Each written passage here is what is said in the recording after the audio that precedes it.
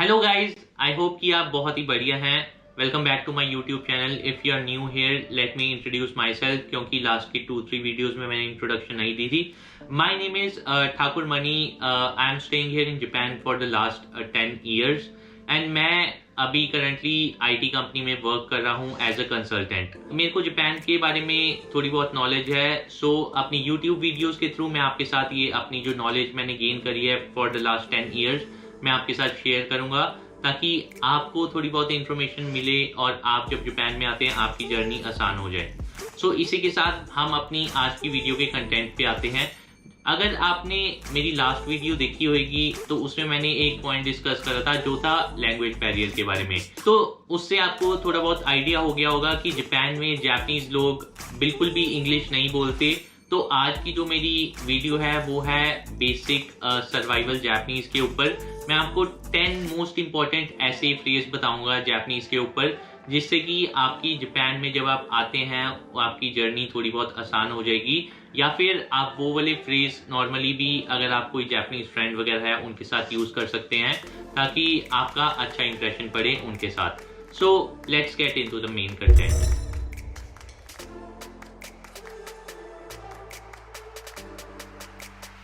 तो हमारा जो सबसे पहला वर्ड है वो है हेलो, या फिर इंडिया में हम बोलते हैं नमस्ते। नमस्ते या हेलो हम यूज करते हैं जब किसी से हम मिलते हैं। वैसे ही जापान में कोनिचिवा यूज होता है जब हम किसी से मिलते हैं। तो अगर आप जापान में किसी से मिल रहे हैं उनको कोनिचिवा बोल के ग्रीट करें। You do not shake hand with that person, but normally आप हेलो बोलते हैं उसको, मतलब कि कोनिचिवा बोल के ग्रीट करते हैं। और इसी के साथ आता है हमारा सेकेंड वर्ड जो कि है एक्सक्यूज मी।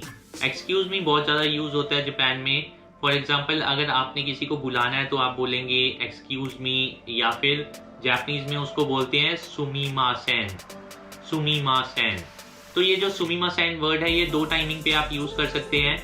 जब आप किसी को बुला रहे हैं तब भी किसी का नाम लेके, फॉर एग्जाम्पल अगर आप मेरे को बुला रहे हैं तो आप बोल सकते हो मनी सान सुमीमासेन, मतलब कि मेरा नाम मनी है। नॉर्मली किसी के नाम के पीछे सान लगाते हैं, मतलब कि मनी जी सुमीमासेन, मतलब एक्सक्यूज मी। अगर आपने सुमीमासेन का यूज करना है, अगर आपसे कोई गलती हो जाती है, फॉर एग्जांपल अगर किसी ने आपको कोई चीज पकड़ाई है और वो आपसे नीचे गिर जाती है, तब आप बोल सकते हैं सुमीमासेन, मतलब कि सॉरी। इसका सॉरी भी मतलब होता है। या फिर अगर आप कहीं से जा रहे हैं, आपके सामने कोई आ जाता है, अगर आपने उसको बोलना है कि sorry give me some space, या फिर नॉर्मली उसको अलर्ट करना है तो आप यूज कर सकते हैं सुमीमासेन।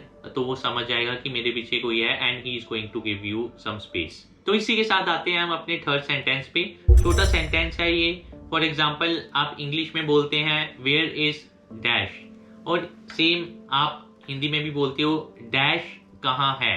तो अगर आप कोई चीज ढूंढ रहे हैं और किसी से पूछ रहे हैं कि ये कहाँ पर है, फॉर एग्जाम्पल आपने जाना है टोक्यो, आप किसी से पूछ रहे हैं वेयर इज टोक्यो, या टोक्यो कहाँ है। इसको जापानीज में बोलेंगे डैश वा दोको देsu का। अगर आप टोक्यो के बारे में पूछ रहे हैं तो आप बोल सकते हैं टोक्यो वा दोको देsu का।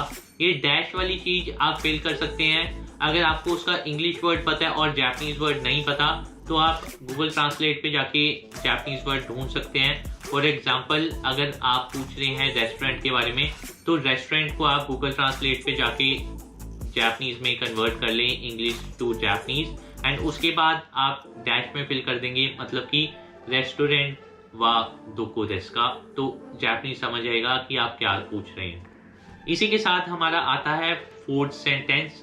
फोर्थ सेंटेंस जो है हमारा वो है हाउ मच इज इट, या फिर ये कितने का है। जब आप जापान में आते हैं कोई चीज खरीदेंगे तो आप उनसे पूछेंगे हाउ मच इज इट, या फिर ये कितने का है। उसको हम जापानीज में बोलेंगे कोरे वा इकुरा देsu का, मतलब कि ये कितने का है। कोरे वा इकुरा देsu का। तो आप ये सेंटेंस बोल के पूछ सकते हैं कि इसका प्राइस कितना है। So comes up our next point which is our fifth point. हमारा फिफ्थ पॉइंट है can you speak in English, मतलब कि आप इंग्लिश बोल सकते हो। नॉर्मली जब आप जापान में आते हैं तो आप देखेंगे कि आगे वाला पर्सन जिससे आप बात कर रहे हैं वो इंग्लिश बोल सकता है कि नहीं। अगर इंग्लिश बोल सकता है तो आपके लिए कन्वर्सेशन करना आसान हो जाएगा। तो you can ask him in Japanese can you speak in English, मतलब कि जापानीज में बोलेंगे एगो हानासेमास का।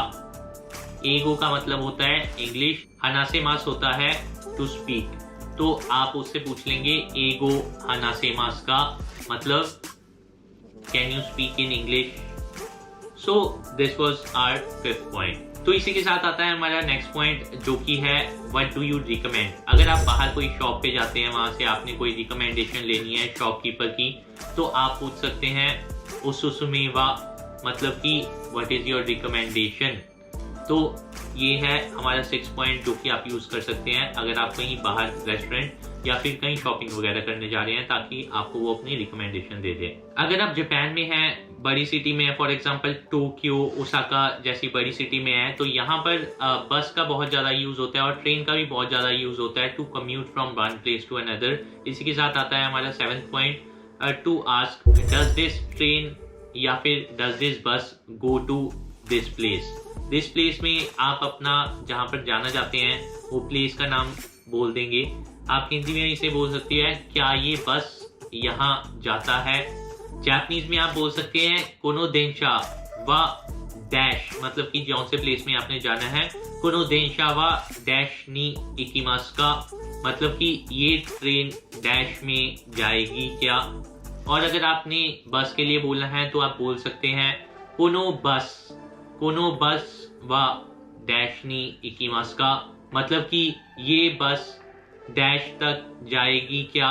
तो ये था हमारा 7th पॉइंट। इसी के साथ आता है हमारा नेक्स्ट पॉइंट जो कि है थैंक यू। जापानीज में थैंक यू मतलब कि शुक्रिया को बोलते हैं आरिगातो गोजाइमास। आरिगातो गोजाइमास।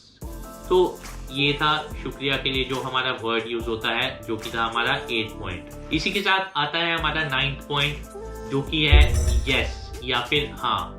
हाँ को जापानीज में बोलते हैं हाई।